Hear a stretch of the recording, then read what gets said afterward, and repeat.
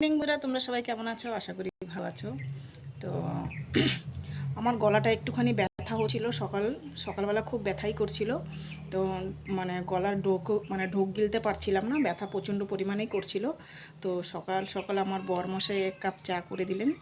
তো চাটা খাওয়ার পরে একটু গলাটা ঠিক লাগছে। তো যাই হোক, তো সকালের কাজ টাজ করে এখন স্নান হয়ে গেছে। আমার চুলটা দেখতে পাচ্ছ তোমরা, ছেড়ে রেখেছি। তো স্নান হয়ে গেছে, স্নান করে পুজো দিয়ে দিয়েছি। সকাল সকাল পুজো দেওয়াটা না অনেক বড় কাজ, জানো তো বন্ধুরা। পুজোটা হয়ে গেলে না মনে হচ্ছে অনেক বড় কাজ হয়ে গেল। তারপর তো সারাদিনের কাজ পড়েই থাকে। তো যাই হোক, তো এখন কিন্তু 10টা বাজে, 10টা 15 বাজে। তো তোমরা কে কে টিফিন করেছো অবশ্যই কমেন্ট করে বলো এই ভিডিওর মাধ্যমে। আর তোমরা সবাই কেমন আছো এটাও বলো।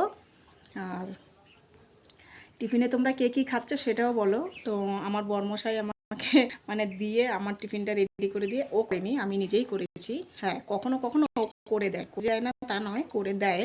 তো কথাটা তোমাদের সাথে আমি শেয়ার করছি। সত্যি আজকাল কি বলো তো, এখন সত্যি স্বামী পাশে থাকা খুবই প্রয়োজন। সব সময় দেখো, বিপদে আপদে দুঃখে কষ্টে সব কিছুতে স্বামী থাকবে, তাই না বলো? এটাই তো স্বাভাবিক কথা। সব মেয়েরাই চায় যে আমার কষ্ট হচ্ছে, আমার স্বামী আমাকে একটু সাহায্য করুক। আর স্বামী ছাড়া তো সাহায্য করার মতো সত্যিই কেউ থাকে না মেয়েদের জীবনে। তো যাই হোক, এত কথা না বাড়িয়ে চলো ভিডিওটা আমি এখানেই বেশিটা যেহেতু এটা ছোট্ট একটা ব্লগ করছি, তো তোমাদের ভালো লাগলে কিন্তু তোমরা অবশ্যই লাইক কমেন্ট শেয়ার করে দিও। আর তোমরা অবশ্যই বলো আজকে সকালে তোমরা টিফিনে কি খেয়েছো। তো আমার বরমশাই আমাকে টিফিনটা রেডি করে দিয়ে, আমি তৈরি করেছি টিফিনটা, ও আমাকে বাটিতে বেড়ে দিয়ে ও নিজের কাজে চলে গেছে।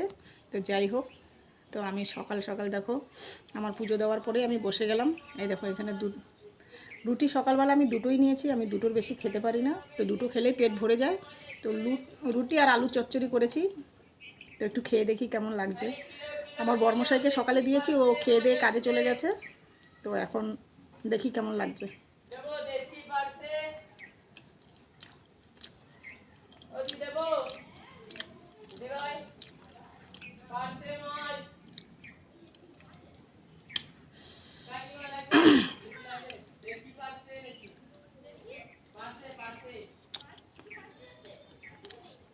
তরকারিটা বেশ ভালো হয়েছে। এই দেখো না,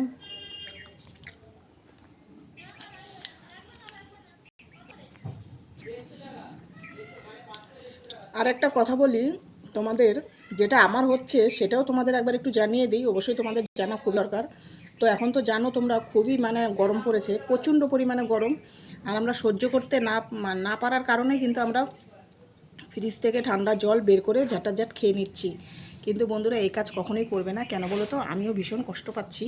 কারণ হচ্ছে আমি জানি এই গলার মধ্যে যে প্রবলেমটা হচ্ছে না, এটা শুধুমাত্র তোমার ঠান্ডা জল খাওয়ার কারণেই হচ্ছে। এতটা গরম না, এতটা গরম পড়েছে, অস্থির ফস্থির হয়ে একদম মনে হয় কি কতক্ষণে ফ্রিজ থেকে ঠান্ডা জলটা বের করে খাবো। কিন্তু আমরা জানি এতটা ঠান্ডা খেলে কিন্তু শরীরের ক্ষতি হয়। তো যে জানার সত্ত্বেও তখন একদম ধৈর্য কুলায় না বলে সেই কারণে আমরা কিন্তু জলটা ফাটাফাট খেয়ে নিই। কিন্তু এই কাজটা কখনোই করবে না। হয়তো একটু পাখার তলায় বসবে, শরীরটাকে শান্ত করবে। ধরো তোমরা বাইরে থেকে কাজের থেকে আসলে, এসে ধরো একটু পাখার তলায় বসবে, বসে শরীরটাকে ঠান্ডা করবে। তারপরে জলটাকে একদম মিক্স করে, যেটা গরম এমনি জল আর ঠান্ডা জল মিক্স করে কিন্তু অবশ্যই খাবে। নাহলে কিন্তু আমার মতো গরমে এরকম প্রবলেম হবে, গলায় ব্যথা, কিছু গিলতেও পারছি না, প্রচণ্ড পরিমাণে ব্যথা হচ্ছে, কষ্ট। আজকে 4-5 দিন ধরে আমি অ্যান্টিবায়োটিক খাচ্ছি, আমার বর খাওয়াচ্ছে, বলছে এটা খাও হয়তো ঠিক হয়ে যাবে। আর ঠান্ডা জল একেবারেই টোটাল বন্ধ। দেখেছো, একবারে বন্ধ করার থেকে আমার কিন্তু আগে থেকেই সেভাবেই খাওয়াটা উচিত ছিল, কিন্তু সেটা করিনি বলে আজকে দেখেছো না খেয়ে থাকতে হচ্ছে জলটা, ঠান্ডা জলটা। কিন্তু এতটাই গরম, সত্যি খুব আত্মায় টানি জানো তো জল খেতে। কিন্তু কি করবো, যে নিজের ভুলের কারণে খাওয়াটা বন্ধ হয়ে গেল। তা তোমরা কিন্তু এই ভুল করো না। তো যাই হোক, বেশি কথা না বলে রুটিটা খেয়ে নিই। তো তোমরা ততক্ষণ ভালো থেকো, সুস্থ থেকো। আবার আসবো নেক্সট ব্লগে।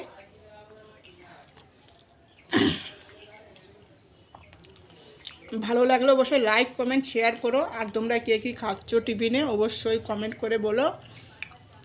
তো আমি আবার আসবো নেক্সট ভিডিও নিয়ে। তো চলো, টাটা, বাই বাই, ভালো থেকো সবাই। সবাই ভালো থেকো, সুস্থ থেকো।